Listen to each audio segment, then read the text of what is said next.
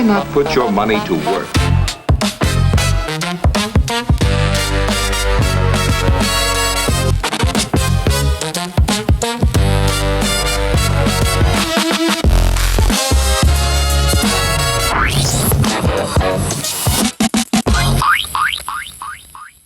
Well, ladies and gentlemen, thanks so much for tuning into the Crypto Tape. I'm your host, Frank Chaparro at GSR. Very excited to be here in London for the Zebu Live conference and have, of course, joining me today, Dmitry Tokarev, founder of Copper. You stepped down about a year ago, I think, from your position, and you've been cooking on something new. You've kind of made this a little bit easier for me because effectively what Bron is, the new company, is a retail version almost of what Copper did for institutions. So sort of providing the tools and the platform of security that institutions have, but for retail crypto users, which I think we were talking about this yesterday, is super timely given everything that we're seeing in the news, from hacks to people losing their keys, phishing attempts, and then just the mounting and growing omnipresent force that is hackers in this space. And I think, you know, when I come to somewhere like London and we have a lot of conversations about FCA and the regulatory environment, I don't think that enough attention is paid to the very basic hurdles or impediments of being a crypto user relative to maybe some of the more headline driving things like scams and pump and dumps and liquidation, cascading liquidation, blowups. But anyway, with that context being set, Dmitry, thanks for taking the time. Thanks for schlepping out here. Glad to be here. Thanks for coming. Walk us through Bron.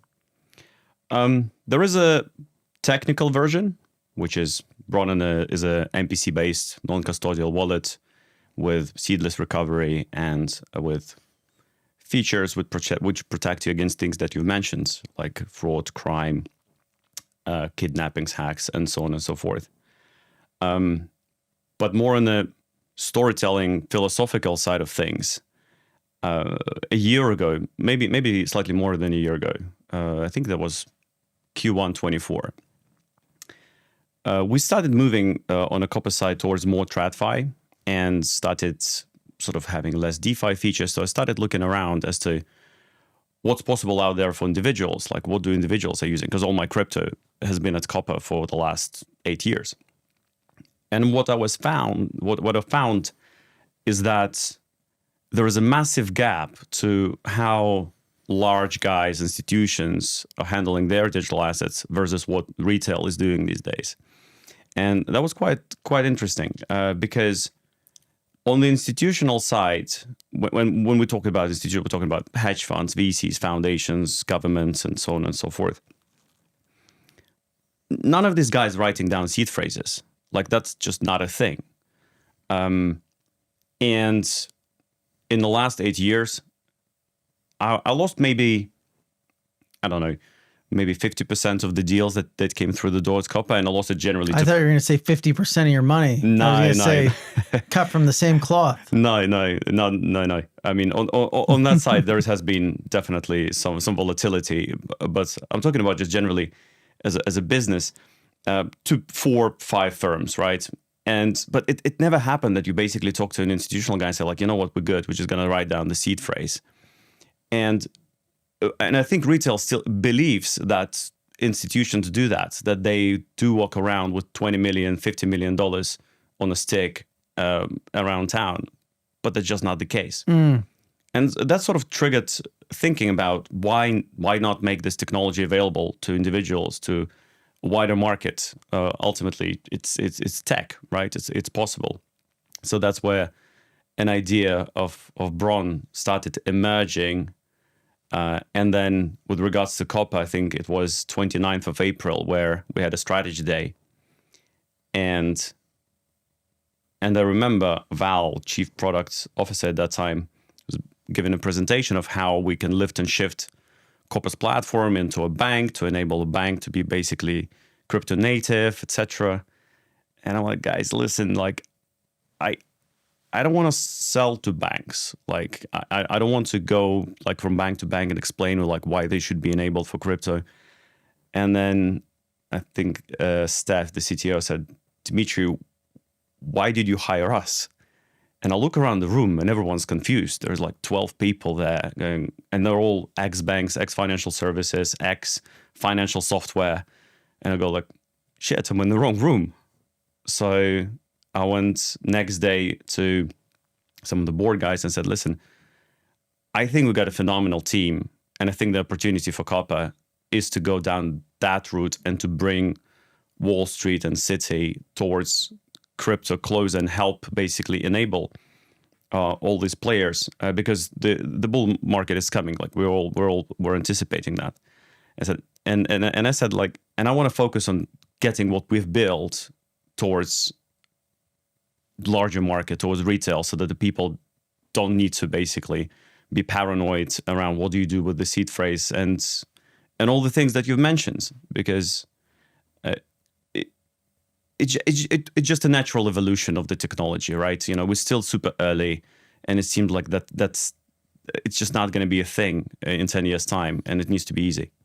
So walk us through the platform, right? So when we talk about going from sort of the classic writing down of the words and safeguarding in a closet with a lock, or bringing it to a safety deposit box at a bank, or just keeping it screenshotted on your phone, which I think probably 95% of retail people do.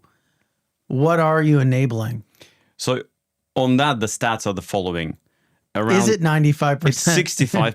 Okay. So 65% Not as bad. end up as screenshots or in plain text or lost straight away. I will say the first time I got into crypto, I actually printed it out and just taped it below my desk. Yeah. I don't do that anymore. The other 35% is either written down or they put in the password managers.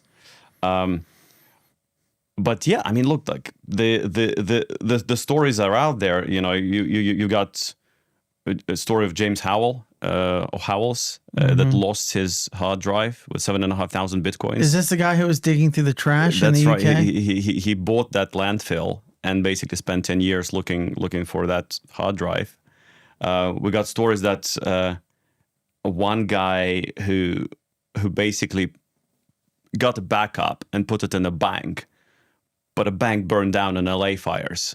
And then when he's tried to contact US Bank going, where is my, they're like, we don't know. So his house burned down and the bank burned down. You obviously mentioned the stories around kidnappings, which we've seen, weirdly, most of them happening in Paris these days. But probably about 10% of those are being reported. There's way more of that happening out there. Why do you think there's an underreporting? Because people don't want other people to know that this has happened to them, or that there are attempts happening to them, because it will also flag to other criminals that they might be a worthy target. I've got friends who got houses in some countries that they just stopped going because they're crypto guy, and people might know who these people are, and they just basically for security purposes stop traveling.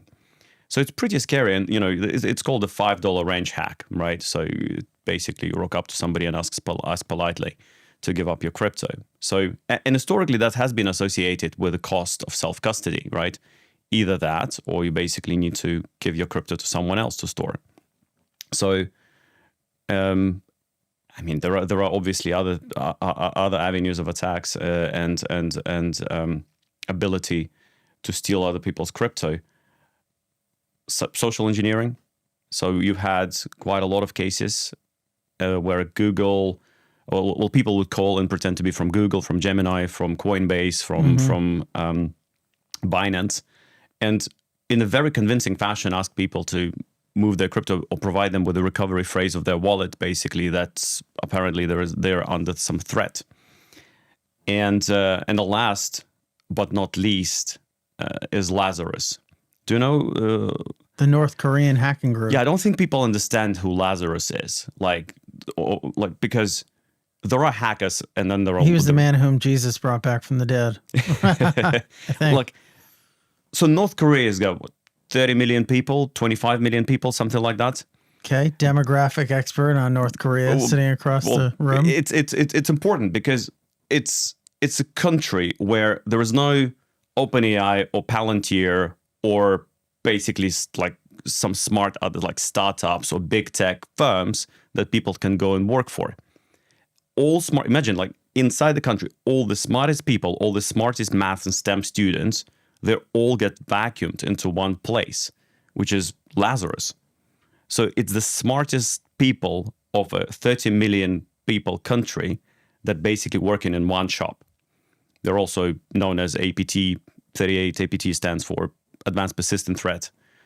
And these guys work there. There is a funny trivia is that they don't work on public holidays.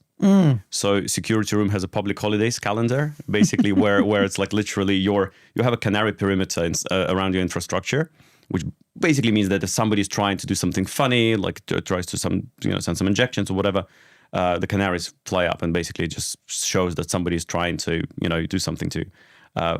Sometimes the activity dies off on public holidays in North Korea. Basically. That's so funny. And Lazarus is up here, and then there's a big gap, and then there's everyone else. Not to offend any hackers from China, Russia, US, Israel, France, Ukraine, but there are more options for any of these guys either to leave the country or go work for other places. There are no such options in North Korea, and that's why Lazarus is Lazarus, basically. So when it comes to if you combine all this, it's a pretty scary world, right? Yeah. So what? And I would say that a lot of these groups are, probably not as sophisticated or formalized as Lazarus, but a lot of these networks are quite sophisticated. And I've gotten one of those phone calls from a supposed Coinbase rep. Yeah. And they really do understand the intricacies of how Coinbase operates. Right.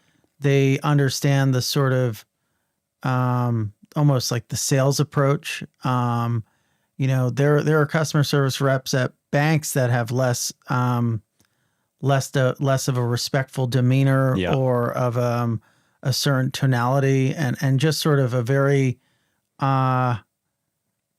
they sound smart. They sound like people that you would work with. Yep. A lot of these different I don't know if you'd call them the hackers specifically, but these social engineering actors are really sophisticated and they have a lot of information on us. The one gentleman who called me, I don't know why I picked up. I get like 15 calls a day from numbers that I don't know. And I guess every once in a while I'll pick up if I think I recognize it. And, he knew my bank account. He said he knew how much was in my bank account, but I don't think he actually did. These are some of the tactics that they use is they kind of make you think they know more than they do to scare you effectively. Now, one thing that you said that made me laugh on our call yesterday was institutions aren't afraid to go to Paris. So going back to sort of the question of what does the process look like? To whom am I sort of offloading this these security procedures to safeguard the crypto? How does it work? You're offloading it to cryptography. There are tools which institutions are using. So let's dive in a little bit of what is multi-party computations, right? So MPC, the dust settled that MPC-based cryptography is the cryptography for storing digital assets, essentially. The way it works is that if we imagine normal blockchain address, it's got public key, right, or public address, and it's got private key, right? So public key is your let's imagine the street, and there is an address on that street which is like 221B Baker Street. Everybody knows that address, and anybody can put an envelope through the letterbox with 5,000 USDC, say for example. But you with a private key can open up only you can open up that door and collect that 5,000 USDC or five Bitcoins from that door. So that's why the importance of storing the private key securely and so on is very important. Now, the way MPC works is that there is no private key. There isn't even a keyhole, essentially. So the address is created with a key already broken, and it's never put together to sign transaction. So the transaction is signed. If we imagine that the private key, another analogy, if the private key is a stamp, and we have a document that needs to be stamped. So I take this document, I draw something on it, I give it to you, you draw something on it, you give it back, and we do it 100 times, and then the document becomes signed, whereas the stamp has never been put together. Mm-hmm. And that's how MPC cryptography works. And that's what institutions have been using for the last 5, 6, 7, 8 years, right? And that's what Bron does as well. So in this sense, there is nothing you need to write down. Therefore, there is nothing that you can give up over the phone call.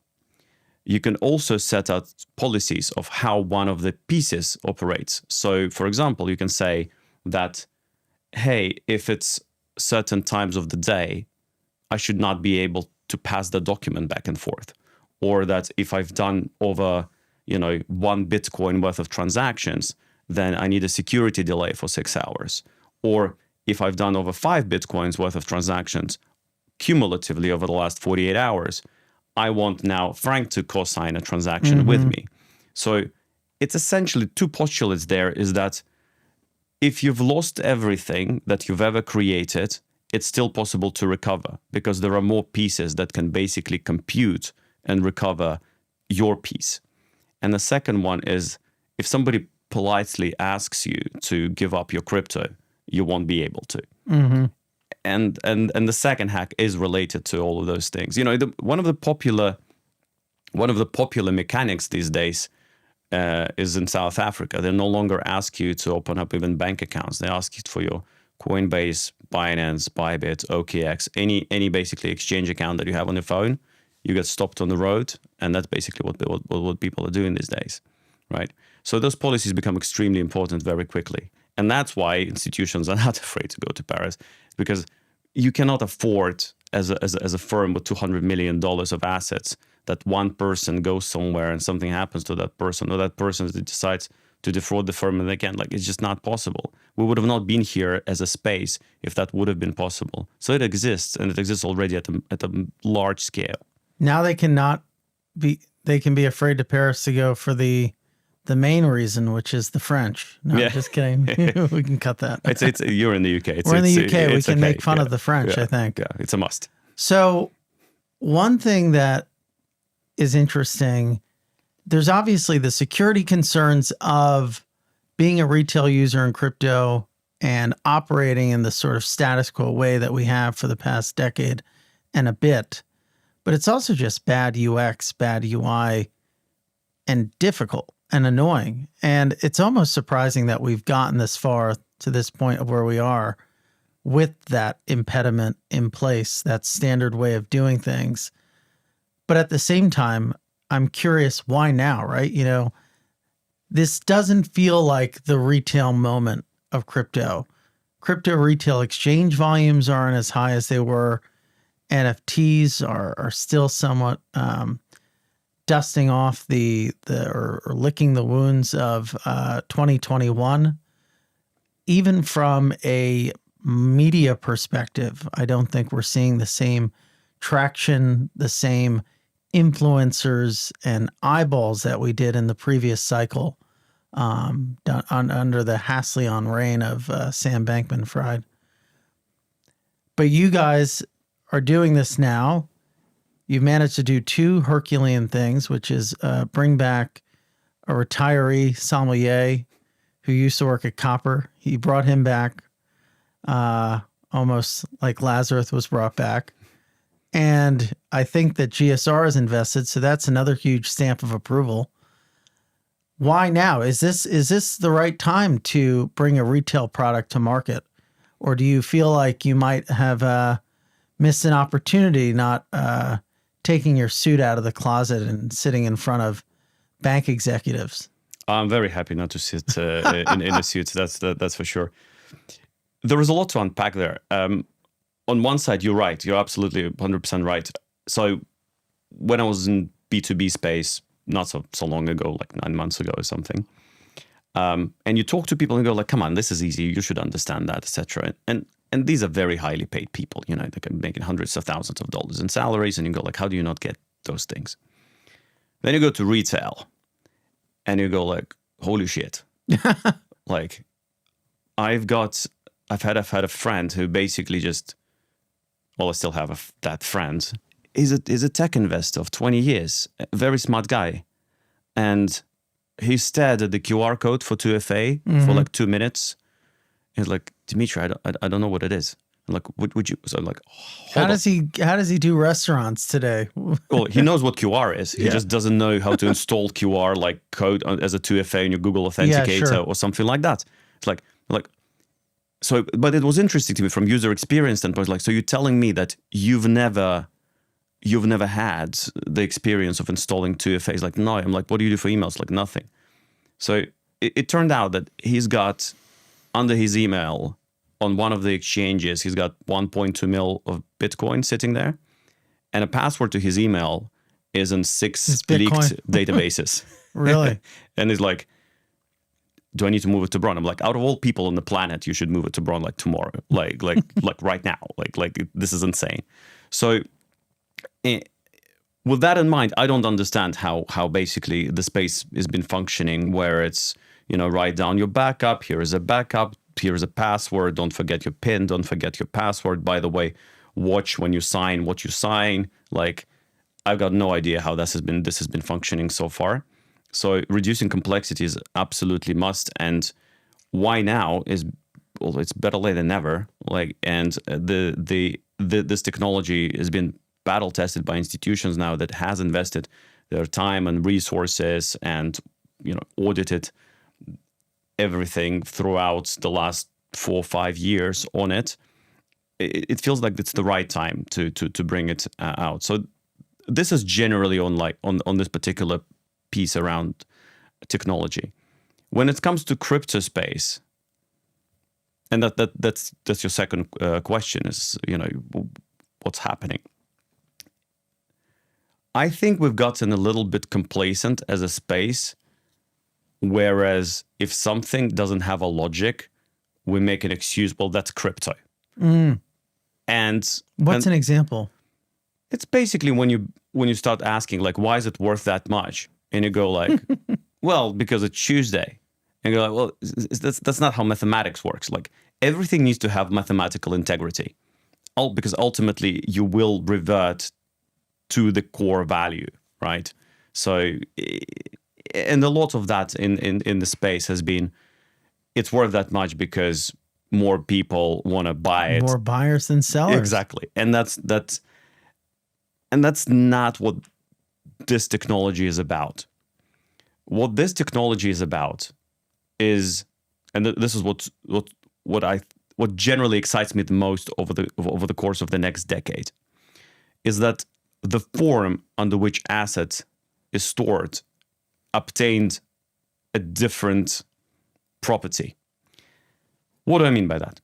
Pre-blockchain, someone has your money, someone has your assets. For example, if you've got an account at Chase, potentially your cash is sitting at Boney. Oh, we've got some assets, and then from Boney it's sitting at DTCC, but somebody somewhere has it, right? If you withdraw that cash, for example, you can put it under the pillow. Then you have it. That's your self-custody element of things, right? Now, when you start utilizing smart contracts, that as well coupled with some of the cryptographic advancements, you could have asset which is basically owned conditionally by different actors. And you've got early examples of that already, like Aave, Camino, and Hyperliquid, whereas the collateral is now on-chain. And that could be obtained by multiple parties depending upon the conditions. Or it just could be locked. And that form hasn't existed before, right? So that gives you abilities now to create products and create features that you weren't able to do before blockchain. And that has a lot of value. Now, linking that value towards the value of digital assets is the next chapter. And it slowly starts to happen. So I think the era of, hey, this is worth this much because more buyers than sellers is slowly going to go away. And we're going to start getting more and more towards the fundamentals. Like, how does this make sense? What's the mathematical formula which can justify why this makes sense? And it's it's going to take some time. So it's all, as everywhere, people get excited about things very, very quickly. You go like, here's a picture of a monkey on a sticker, 10 grand. You go like, sign me up. But, you know, there needs to be a little bit more thinking. Like, what does it bring you? What's the value? Like, and we'll see more of that happening across the space. You're reminding me of when I was flipping metaverse land in Sandbox back in 2021, that I committed about 90% of my brain space to that. Yeah. So is it going to get worse? Before it gets better? Before it gets better, Lazarus, these different groups. I mean, are we about to enter a period of unbridled theft? I think it is getting better already. There was a lot of innovation that's happening in the security space as well. One of the big things which I really like personally are passkeys. Do you know, have you heard about passkeys? Yeah. So those have been kind of around for the last like 4 or 5 years. Apple started introducing those a couple of years ago. That's why there was a pickup. But that completely eliminates ability to phish passwords or to tell your passwords over the phone to a Google representative. So that helps, right? And more of those pieces that are getting rolled out towards a broader market, I think we're in the mend when it comes to that.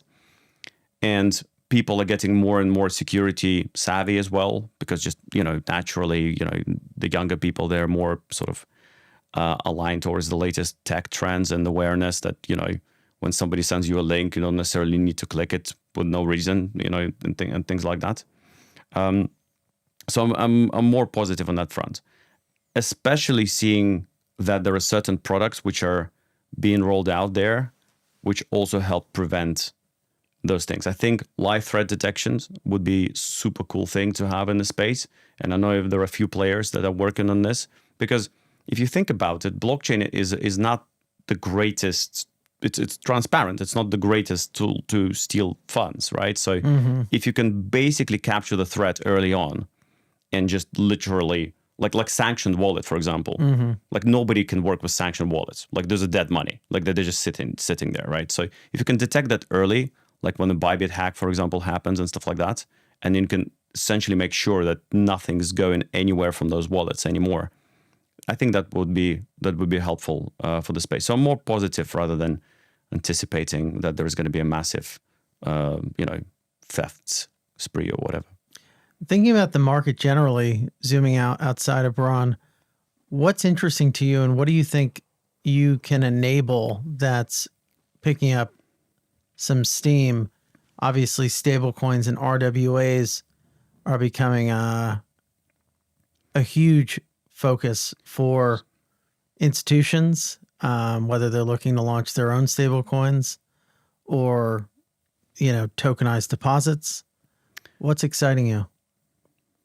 When I hear RWA, I get an eye twitch, because I'm a quant by education, and throughout my career, RWA always says for risk-weighted assets. and when it comes to real world, I had someone on the show refer to crypto assets as unreal world assets. Technically, they're right. As a matter of fact, stocks are not real world assets either, because real world assets in another book of definitions are buildings, businesses, and so on and so forth. They are not stocks. So anyway, I'm not going to win this battle. We are where we are when it comes to RWAs and so on and so forth. I think I will tell you like what worries me. And I did this interview in October 21 when I was talking about collateral. And I'm like, guys, everything is getting screwed. Nobody knows where collateral is. Nobody knows who borrowed against whom, yada, yada, yada. And I was like, Dmitry, you're just, a negative person. And I'm like, just, and then in May, like when everything, went to shits, I'm like, do you see? So what worries me right now, again, the root of all of that is people get excited too quickly about everything, right? And then they get unexcited about everything very quickly. So, but what worries me a little bit in the space is this rise of DATs. I don't know if you've yeah, of course, you've looked, like, I've looked into it. Was trying to understand where this whole premium to NAV comes from, and for those of you guys who are watching and listening, the NAV is basically says like, I've got 100 million worth of Bitcoin inside this vehicle, but my market cap is 150 million. And when you talk to people and you try to get the explanation of why is it trading at a premium, there's always like, it's always going to trade at a premium. And you go like, but why? It's like, but it's always going to trade at a premium. It's like, but why? And then you look at the history and you look at Grayscale, which traded at a premium, and then it traded at a massive discount, if you remember, like, because it's all close-ended funds trade at a discount. Even some of the best hedge funds. I think Bill Ackman's fund trades at like a 20-30% of a discount to NAV. So the problem with that is that the use of leverage or quasi-leverage, right, is that if it starts trading at a discount, or even if it starts dipping, or like the underlying, i.e. Bitcoin, for example, starts dipping closer, and that could be triggered by something else. It could be another Terra Luna type of situation. Bitcoin gaps 30%, like we've seen, on this Bloody Friday, or something of a similar proportion, maybe more, that basically doesn't trigger conversion of stocks and requires you now to pay coupons. And when it comes to paying coupons from the business that doesn't generate cash to pay coupons, the only way you can pay coupons is by selling Bitcoin, which then subsequently triggers the next series of coupons, which then subsequently triggers more sale of Bitcoin. And I've spoken with a few people, and they couldn't basically explain to me how that's not the case. So that worries me a little bit. And I think if there is going to be a next bear market, that's probably what it's going to be triggered by. However, if we keep printing money and, everything's going to keep going up, I think this is going to continue just by default. I guess it depends on the extent to which DATs or the extent to which DATs sort of command a certain market or a sort of dominance in the overall crypto market. I think they stand at about 5%. At least Bitcoin-specific DATs own about 5% of Bitcoin, with the majority being Is that high? Michael Saylor Shop. Oh, wow. Yeah, you're like, that sounds really high. Yeah. Well, you got to think Saylor owns about, I think, over 1%. So imagine if there was a problem there. Yeah. Like, but he'll never sell. Well, So I that's don't know good. exactly the structure there, but if he has to pay coupons, he has to sell. Yeah, but I think at that point, Bitcoin needs to trade like quite low. Well, they came pretty close last time. Yeah. I think their margin was at 15K and Bitcoin came to 16.5. Mm-hmm. And now it's much, much higher. I don't know exactly where it is, but. So that's one systemic risk. Obviously, the headlines are kind of being dominated by these cascading liquidations. I was talking to a reporter who asked me, is this just, I mean, it's a function of the high leverage that exists in crypto, which I don't think is going away anytime soon, especially with liquidity sort of centralized in Asia, or at least dominated by Asian venues. Do we ever see that volatility diminish? If anything, I think we're seeing it sort of shift into U.S. equities, this sort of gamification of markets. In a world where there are two types of assets, one that do have fundamental value. Casino assets and non-casino assets. No, there is a. I think the problem is like when an asset could worth $1, $100, it's inevitable you're going to see volatility because nobody knows what's the worth, right? Like why is one layer one worth 300 billion and another layer one worth 30 million? It's not because of technology, right? So like what's this delta coming? Like where is it from? So naturally, if an L1 token could worth 30 mil or 300 billion market cap, you'll see a lot of volatility. Now, that is asset specific. You will see more and more digital assets that will have fundamental value that you can link to. You can link to performance of this particular, whether it's a project or L1, etc. Because because when people think about crypto, they think Bitcoin, Ethereum, like same thing. Like there are different As a assets. monolith. Yeah, they serve different purposes, and we'll see more and more digital assets. And I think with the introduction of tokenized stocks, we'll see that as well, because they're digital assets as well, but they are digital assets with fundamental values, right? So you'll have those. You'll have utility tokens. You'll have infrastructure tokens like hyperliquid tokens, for example, or BNB, etc. And they derive their values differently. So in those that do not have something that links them to fundamental value or fundamentals, let's say, you'll always see volatility. That's always a gamble, right? And those that basically are linked to fundamentals, well, it just depends on fundamentals. Do you have a lot of users? Do you have a lot of volumes? Do you have a lot of, did you hit a lot of KPIs that you're planning to hit?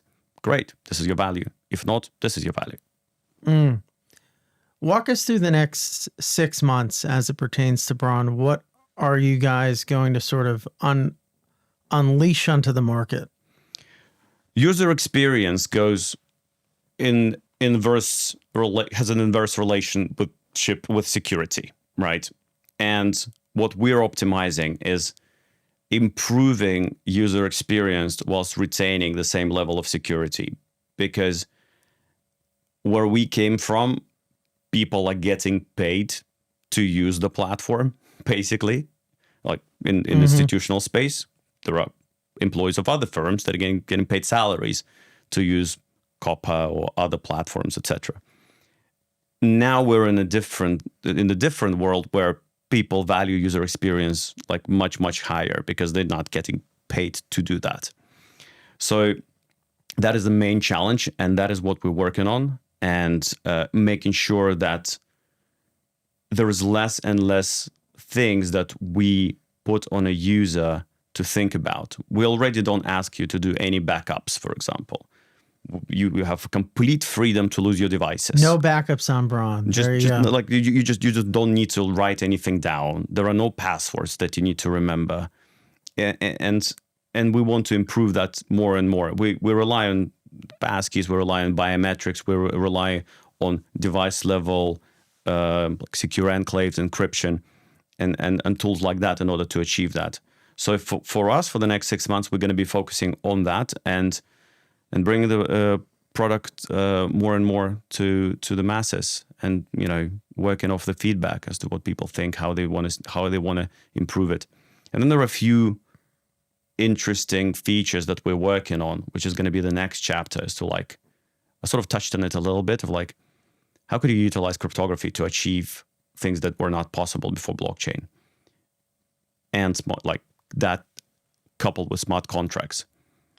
What sort of things could you bring to market? Which models could exist that couldn't exist before?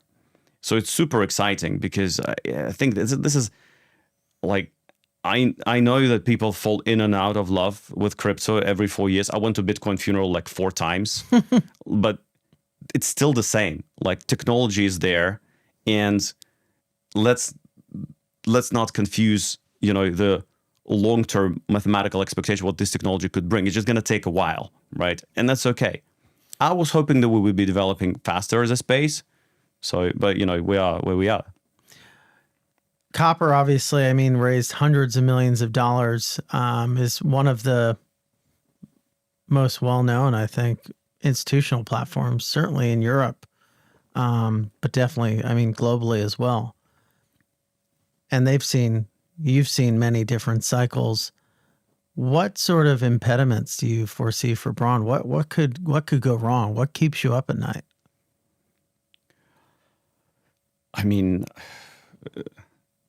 There are obviously obvious reasons. But to be honest, given that I've been in the space now for 9-10 years and seen so much stuff, I mean, there are so many things that I don't want to mention on the podcast because, Tyler's going to have a stroke out there.